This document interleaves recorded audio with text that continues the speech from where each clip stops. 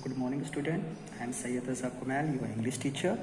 Today we are going to discuss chapter Santosh Yadav. It's a part first. The topic of chapter is the read for the top. The first part, Santosh Yadav. It has two parts. First one is the Santosh Yadav and another one is Maria Sharapova. But today we are going to discuss chapter Santosh Yadav part first. Now let us start the chapter. The only woman in the world who had scaled Mount Everest twice was born in the society where the birth of a son was regarded as a blessing, and daughter, though not considered a curse, was not generally welcome. Now, a story about the Indian woman named Santosh Yadav बताते हैं वो ऐसी society में पैदा हुई थी जहाँ पे जो फीमेल होते हैं उनको कर्ज तो नहीं माना जाता मगर उनका अच्छे से वेलकम भी नहीं होता। कहाँ पे बेस्ट कहते हैं वो लड़का हुआ है बहुत अच्छी बात है, बहुत सेलिब्रेशन होता है, सब खुश होते हैं, मगर जब लड़की होता है तो एक वो हो जाता है कि चलो इट्स ओके, न्यूट्रल हो गया, मतलब उसको बुरा भी नहीं माना जाता तो बहुत अच्छा भी नहीं माना जाता। ऐसी जगह पे उसके शी टेक बर्थ और वो क्या थी, ऐसे होने के बाद भी वो एक ऐसी वुमेन थी जिसने माउंट एवरेस्ट को 2 मरतबा स्केल किया, क्लाइम किया है। यानी कंडीशन देखो जस्ट अपोजिट, जहाँ पे कोई फीमेल के लिए कुछ भी नहीं है, उनको कुछ अच्छा नहीं माना जाता, उस कंडीशन में, उस एटमॉस्फेयर में एक फीमेल होती है जिसने माउंट एवरेस्ट को 2 मरतबा क्या किया, स्केल किया है। जस्ट अपोजिट है। When her mother was expecting Santosh, a traveling a holy man giving her his blessing, assumed that she wanted a son. But to everyone's surprise, the unborn child grandmother, who was standing close by, told him that they did not want a son.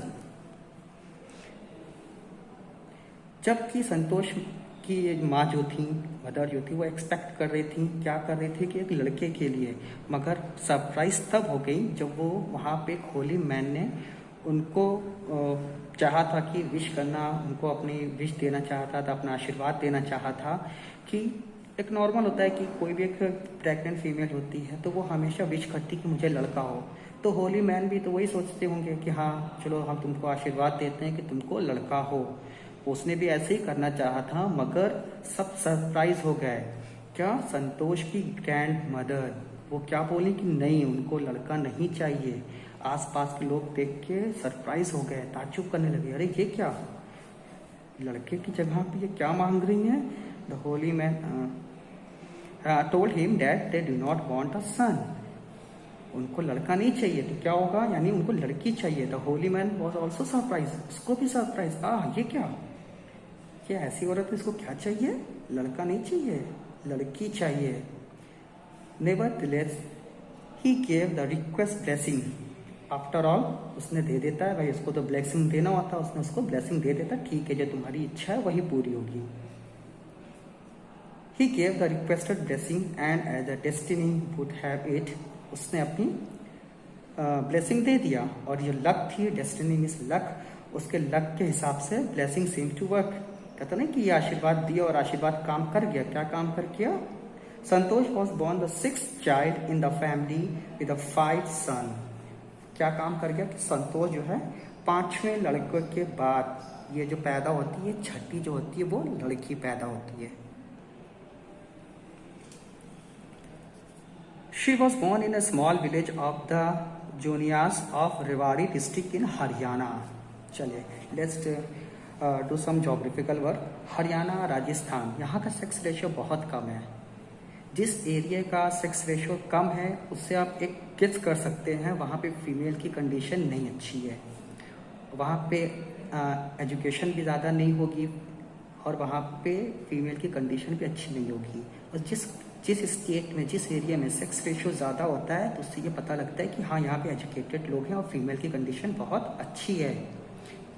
Just take the example of Mizoram, Kerala, यहाँ का sex ratio बहुत ज़्यादा है। केरल का more than 1000 female पर 1000 mail है, और वहाँ पे education level, you all know better know about the education level of the Kerala. वैसे she was born in the small village, बता दिया डिस्ट्रिक्ट में पैदा हुई थी, हरियाणा के रेवाड़ी में। The girl was given the same name Santosh which mean contentment. नाम क्या दिया गया? Santosh, satisfaction. But Santosh was not always content with her place in the traditional way of life. मगर वो अपने एरिया के जो ट्रेडिशनल था, जो लोग रहते थे, उनका जो ट्रेडिशनल था, उससे वो बिल्कुल भी सेटिस्फाई नहीं थी। रहने सहने का तरीका जो था उससे वो सेटिस्फाई नहीं थी। कैसे? She began living life on her own terms from the start. वो स्टार्ट से ही अपने तरीके से ही जीना चाहती थी। वो ये नहीं कि ट्रेडिशन कह रहा है कि ये करो, नहीं, वो कुछ भी कहे, हमें जो सही लगेगा मैं वो करूँगा अपने हिसाब से। Where other girls wore traditional Indian dress, Santosh preferred shorts। जहाँ पे हरियाणा, पंजाब, वहाँ पे जैसे अपना ट्रेडिशनल ड्रेस है फीमेल का, क्या जो भी ड्रेस है वो पूरा कवर करता है बॉडी को, वो वैसा पहनती थी। मगर संतोष को क्या अच्छा लगता था? प्रिफर्ड शॉर्ट्स, उसको शॉर्ट्स पहनना अच्छा लगता था। लुकिंग बैक शी से now, from the very beginning I was quite determined that if I choose a correct and a rational path, the other around me had to change, not me। वो बहुत कम as में ही ये determine कर ली थी। ये पूरा chapter जो है ना वो डिटरमाइन पे ही डिपेंड है, डिटर्मिनेशन पे ही डिपेंड है कि डिटर्मिनेशन करना अगर हो तो इंसान कुछ भी कर सकता है। तो it's a very important word, determination, determine. वो स्टार्टिंग से ही इस चीज़ को डिटरमाइन कर ली थी। क्या कर ली थी? सोच ली थी कि if I choose a correct and a rational path, अगर मुझे चूज करना हो सही, रेशनल पाथ मतलब राइट और रॉन्ग, कहते हैं रेशनल पाथ मतलब क्या सही क्या गलत। Everybody has their own view about the right and wrong path. सबका अपना खुद का व्यू होता है कौन सा इट्स अ राइट पाथ और रॉन्ग पाथ। तो मुझे जो सही लगेगा मैं उसको फॉलो करूंगी, और सामने वाले को चेंज करना है तो सामने वाला चेंज करे। नहीं, मैं अपने पाथ से नहीं हटूंगी, मैं अपने रास्ते से नहीं हटूंगी, बल्कि अगर सामने वाले को चेंज करना पड़ेगा, मुझे नहीं, मैं नहीं चेंज करूंगी। Santosh parents were affluent landowner who could afford to send their children to the best school। Affluent means होता है वेल्दी, रिच। जबकि उसके जो थे पेरेंट्स थे वो लैंड ऑनर थे, और लैंड होता है दे हैव मनी, उसके पास पैसे भी थे, और वो क्या कर सकते थे? उसको अफोर्ड कर सकते थे। अपने बच्चों की यानी संतोष के स्कूल की फीस अच्छे से अच्छी स्कूल में डाल सकते थे, फीस पे कर सकते थे। Even to the country capital new Delhi, Haryana neighbouring state है, कैपिटल है, स्टेट है अपना न्यू दिल्ली, हरियाणा से। इवन इतना पैसा था कि वो अपनी लड़की को दूसरे स्टेट में डाल के यानी दिल्ली में जाके उसको एडमिशन करा सकते थे, which was quite close by, but जो कि नज़दीक थे उससे बहुत, but in line with the prevailing custom in the family. In line मतलब उसको फॉलो करना, कह रहे पुराने मेरे दादा ने किया मैं कर रहा हूँ, मेरे पूर्वज ने एंसेस्टर्स और the ancestor had done we are following same thing, जो भी एंसेस्टर ने किया हम उसको फॉलो कर रहे। तो वो एक लाइन हो गया। इन लाइन यानी जो कस्टम था उसको फॉलो करते हुए इनकी फैमिली ने उनको क्या किया? Santosh had to make do with the local village school.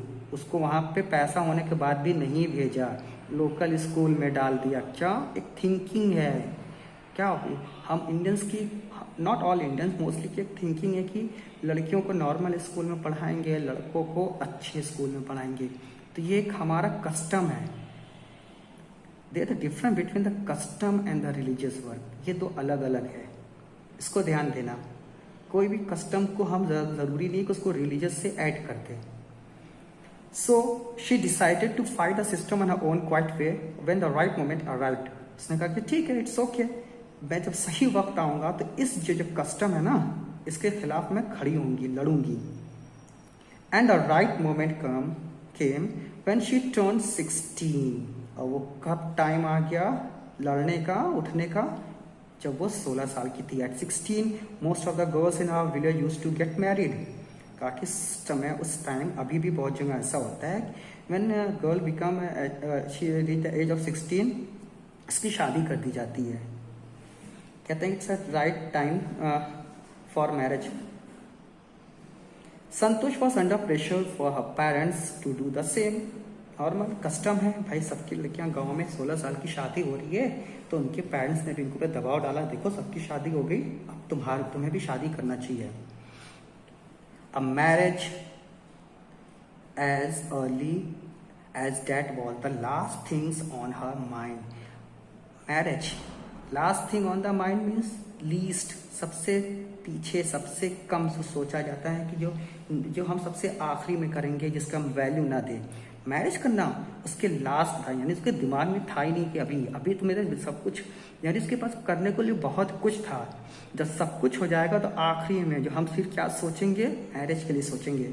She threaten her parents that she would never marry if you do not get a proper education. Directly अपने पेरेंट्स से कहा नहीं, मैं शादी नहीं करूंगी। कब तक नहीं करूंगी? जब तक मेरी प्रॉपर एजुकेशन ना हो जाए तब तक मैं कोई शादी नहीं करूंगी। She left home and got herself enrolled in a school इन दिल्ली। घर छोड़ देती है और एक आती है दिल्ली में और एक स्कूल में वो एडमिशन लेती है। When her parents refused to pay her for her education, she politely informed them of a plan to earn money by working part-time to pay her school fees। उसने कहा इट्स ओके, पेरेंट्स से बहुत politely कहा कि ठीक है आप मत दीजिए, मैं पार्ट टाइम जॉब करूंगी, जो अर्न होगा मैं उससे अपनी फीस को पे करूंगी। बहुत पोलाइटली, बहुत ही नम्रता पूर्वक कहा। हर पेरेंट्स देन एग्रीड टू पे फॉर हर एजुकेशन। फिर उनके पेरेंट्स ने तैयार हो गए, ठीक है हम एजुकेशन के लिए तुमको पैसा देंगे। Now wishing always to study a bit more, and with her father slowly getting used to her urge for more education, Santosh passed the high school examination and went to Jaipur. She joined Maharani College and got a room in the Kasturba Hotel। उसके अंदर एक क्या था कि एक education के लिए होता है ना, वन मोर टाइम, वन थोड़ा सा और, थोड़ा सा और, थोड़ा सा और। उसके अंदर थोड़ा सा एजुकेशन के लिए वो धीरे धीरे और ज़्यादा उत्सुकता आने लगी कि मुझे थोड़ा सा और एजुकेशन करते करते वो स्टार्टिंग की होगी गांव में अपने स्कूल से, प्राइमरी यानी अप टू 4-5 तक किया होगा। फिर उसके बाद वो 8 पास किया होगा, फिर 10th में वो धीरे धीरे अब आगे बढ़ने लगी। Santosh pass the high school examination and went to Jaipur. धीरे धीरे उसने क्या किया, हाई स्कूल भी पास कर लिया। अब हाई स्कूल की पास करने के बाद went to Jaipur further education up to after 10th यानी 11-12 के लिए वो जयपुर आ गई। She join the Maharani college, वहाँ पे उसने एनरोल किया, एडमिशन लिया।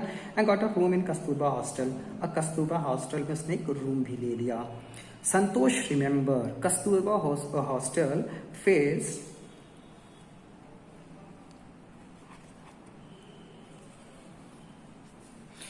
अरावली हिल्स। उसको याद था कि जब कस्तूरबा का जो हॉस्टल था उसका जो फेस था, ओपन सामने का एरिया था, वो कहाँ पे खुलता था, अरावली हिल्स की तरफ खुलता था। अरावली हिल्स राजस्थान में है। I use to watch villager from my room going up the hill and suddenly vanish after a while. मैं हमेशा अपने रूम से देखती थी कि कुछ विलेजर हैं, गांव वाले हैं, वो हिल्स पे जाते हैं और फिर थोड़ी देर के बाद ही वहां से गायब हो जाते हैं, वैनिश हो जाते हैं। One day I decided to check it out myself. अब उसके अंदर बहुत वो था कि ये होता क्या है, क्यूरियोसिटी थी कि क्या हो रहा है, मुझे पता करना है कैसे लोग कहाँ गायब हो जाते हैं। तो एक दिन मैंने खुद डिसाइड किया कि मैं खुद जाके वहाँ पे चेक करूंगी। I found nobody except a few mountaineer. मैं वहाँ पे गई, मुझे कोई नहीं देखा। वहाँ पे जो क्या दिखाई थे वो गाँव वाले नहीं थे, वो तो माउंटेनर्स थे। I asked if I could join them. क्या मैं आपसे उनसे रिक्वेस्ट किया कि क्या मैं आप लोग को ज्वाइन कर सकती हूँ। To my pleasant surprise, उसको क्या एक सरप्राइज मिला। They answered in the affirmative and motivated me to take climbing। affirmative यानी पॉजिटिव रिप्लाई, बिल्कुल हाँ, ये उसको मोटिवेट किया कि तुम इसको कर सकती हो, करो, यानी जो भी मोटिवेशन उन लोगों ने कहा होगा, और वो ज्यादा खुश हो गई इसमें। फिर Then there was no looking back for this determined young girls। फिर उसने कभी भी पीछे मुड़ के नहीं देखा। She saved money and enrolled in the course of Uttarkashi Nehru institute of mountaineering. उसने पैसे बचाए अपने और फिर उसने Uttarkashi Nehru institute of mountaineering में उसने इनरोल किया। My college semester in the Jaipur was to end in April, but it ended on the 19th of May. उसको क्या क्या अप्रैल में ख़त्म होना था कॉलेज का, उसका सेमेस्टर जयपुर में जिसने इनरोल करवाया था, एडमिशन लिया था, तो उसका फिनिश होना था अप्रैल में। बट अप्रैल से पहले उसका 19 में अप्रैल, फिर 19 में उसका एंड हो जाता है। And I was suppose to be Uttarkashi on 21st, और उसको उत्तरकाशी में 21st मई तक पहुंचना होता है। So I did not go back home, इस वजह से she don't have a time, उसके पास टाइम नहीं है। तो वो क्या करती है, वो जल्दी से घर नहीं जाती है, और घर जाने की वजह से instead I had straight, headed street मतलब सीधे चलना, आगे देखना, आगे काम करना, कंटिन्यूस। मेरे पास कोई रास्ता नहीं है, मैं जो हेडेड स्ट्रीट मुझे सीधे जाना है। कहाँ पे जाना, अभी इसके पास एक ही है, सीधे जाना है। कहाँ जाना है, not go to the home, but अपने जहाँ पे उत्तरकाशी में उसको जाना है फॉर द ट्रेनिंग के लिए। I had to write a letter for apology to my father without whose permission. मैंने एक अपॉलॉजी लेटर लिखा भी, माफ़ी मांगी अपने पापा से बहुत थी कि मैं घर क्यों नहीं आ पाई, उसके पीछे रीज़न बताया। I had got myself enrolled in Uttarkashi thereafter. फिर मैं वहाँ से लेटर लिखती हूँ, फिर मैं उत्तरकाशी इनरोल करवा लेती हूँ। Santosh went on an expedition every year. Her climbing skill matured rapidly, as also she developed a remarkable resistance to a cold and altitude. अब उसके अंदर क्लाइंबिंग यानी उसने जैसे किया, और धीरे धीरे उसने बहुत तेजी से उसने इस चीज़ को कैच किया, अपनी ट्रेनिंग को अच्छे से वो किया, और उसके अंदर एक रेसिस्टेंस पावर, स्टेमिना, सामना करने की ताकत आने लगी। किस चीज़ से, क्लाइंबिंग में। उसके क्लाइंबिंग में हमेशा हाई एल्टीट्यूड पे ऑक्सीजन लेवल कम होती है, बहुत बॉडी को बहुत प्रॉब्लम होती है, बॉडी को अपने आप को क्या करना, म्यूटेंट बनाना पड़ता है हार्श कंडीशन के रहने के लिए। तो कोल्ड और एल्टीट्यूड से वो उसको अपने आप को उसने मजबूत बना लिया, इस चीज़ से लड़ने की इसके अंदर रेसिस्टेंस ही आ गई, स्टेमिना आ गया। Equipped with an iron will, उसके अंदर क्या था, आयरन विल, ताकत कैसी सोचनी, मतलब जो उसका स्टेमिना था, उसकी जो सोच थी वो आयरन विल की तरह थी, लोहे की तरह मजबूत उसका इरादा था। Physical endurance strength and amazing mental toughness, जो सोच लिया तो सोच लिया। अब हम अपने पूरी तरीके से क्या है, बहुत ही ज्यादा मेंटली हम क्या है, बहुत स्ट्रांग है।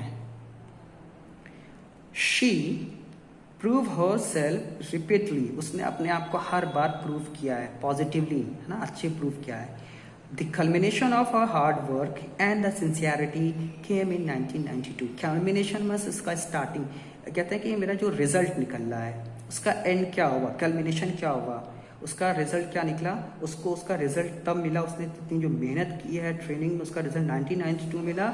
Just 4 years after she had shyly asked the Aravalli mountaineer if she could join them. उसने 4 साल बाद ही अरावलीज माउंटेनर से कहा था क्या आप उसके साथ ज्वाइन कर सकती। कहाँ के लिए, barely 20 years of age, सिर्फ 20 years की एज थी। Santosh Yadav scale Mount Everest, becoming the youngest woman in the world to achieve the feat. Santosh Yadav सिर्फ 20 साल की एज थी, सबसे youngest he women in the world जिसने क्या किया, माउंट एवरेस्ट पे को अचीव किया, माउंट एवरेस्ट पे चढ़ाई की। If her climbing skill, physical fitness and the mental strength impress her senior, her concern for the other and desire to work together with them found her a special place in the heart of the fellow climber. अब उसके ना कुछ quality भी थी कि वो सिर्फ अपने लिए नहीं थी, उसकी मेंटल स्ट्रेंथ जो थी, उसका फिजिकल फिटनेस था, उसको उनके सीनियर्स को बहुत ज़्यादा इम्प्रेस किया। उसका डिज़ायर देखा कि यार ये तो बहुत है, इसकी फिजिकल फिटनेस भी अच्छी है, जो कहती है वो करती है, और ये सबके साथ रहना चाहिए, मतलब एक दूसरे से अच्छा ग्रुप लिंक था। ये सब उसने देखा कि एक अच्छा वो है, तो एक स्पेशल जो जगह थी क्लाइंबर्स, उनके सीनियर क्लाइंबर्स के अंदर, वो उनके दिल में अपनी जगह बनाने में वो कामयाब होती है।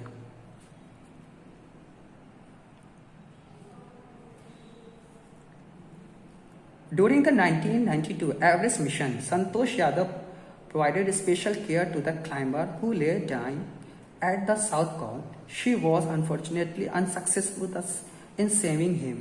कह रहे कि उसको स्पेशल वो रखा गया था देखने के लिए माउंटेनर्स को, क्लाइंबर्स को। तो 1992 में क्या होता है कि एक उसको एक माउंटेनर था वो जो बेहोश हो जाता है, जो उसको नहीं बचा पाती। She was unfortunately unsuccessful to save him, वो उसको बचाने में अनसक्सेस होती, वो मर जाता। However she manage to save another climber, मगर वो दूसरे क्लाइंबर को बचा लेती। इसका नाम था Mohan Singh, who would have met with the same fate that she had not share her oxygen with him. ये क्या करती है, उसको अपना ऑक्सीजन शेयर करती है और वो क्या होता है, और वो बच जाता है। विद इन 12 मंथ, 12 महीनों के अंदर ही Santosh found herself a member of an Indo Nepalese women expedition that invited her to join them. अब इसको संतोष यादव को इस 12 महीने के अंदर ही इसको एक ऑफर मिलता है, मेंबर किसके, इसमें इसको मेंबरशिप मिलती है, मतलब ऑफर मिलता है इंडो नेपालीज वीमेन एक्सपीडिशन में, that invite her to join them. कहा था कि हम लोग जो जा रहे हैं, ये जो ग्रुप है इंडो नेपालीज में, उसको भी इसको ऑफर मिलता है कि आप भी आइए। She then scale the Everest second time, first time तो था ही 1992 में, 12 महीने के अंदर उसको फिर यानी 1993 में फिर से उसको ऑफर मिलता है और वो फिर से माउंट एवरेस्ट क्लाइंब करती है, माउंट एवरेस्ट पे चढ़ती है, माउंट एवरेस्ट पे वो फिर से चढ़ती है। Thus setting a record as the only women to have scale the Everest twice, और उसने एक रिकॉर्ड बनाया कि सिंगल पूरे वर्ल्ड में खाली सिंगल वुमेन है जिसने माउंट एवरेस्ट को 2 मरतबा चढ़ा है। And securing her for herself and India a unique place in the annal of the mountaineering, और इंडिया के लिए भी एक यूनिक प्लेस, यानी इंडिया को एक ऐसी प्लेस पे पहुंचा दिया कि जो एनल मीन्स होता है हिस्टोरिकल रिकॉर्ड, माउंटेनियरिंग के लिए एक हिस्ट्री होती है, वो the first mountaineer to climb this one, उसमें भी इंडिया का नाम आ गया। In recognition of her achievement the Indian government bestowed upon her one of the nation's top honour the Padma Shri. उसके इस रिकॉग्निजेशन को देखते हुए, अचीवमेंट को देखते हुए इंडियन गवर्नमेंट ने क्या लगा कि इंडियन गवर्नमेंट ने उसको दिया, बेस्टो मतलब देना, उसको इंडिया का जो टॉप ऑनर है, अवार्ड है जिसे पद्मश्री होता है, उसको इसलिए दिया गया।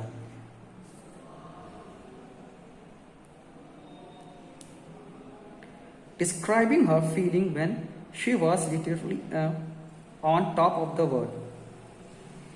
लिटरली मीन्स क्या होता है कि उस टाइम हम उसकी जो बात कर रहे हैं रियलिटी में, वो अपनी उस चीज को बता रही थी रियलिटी में अपनी, कि जब वो टॉप ऑफ द वर्ल्ड थी तो क्या था। संतोष हैज सेड, संतोष ने क्या कहा, she took some time for the enormity of the moment, enormity of the मतलब great moment to sink in.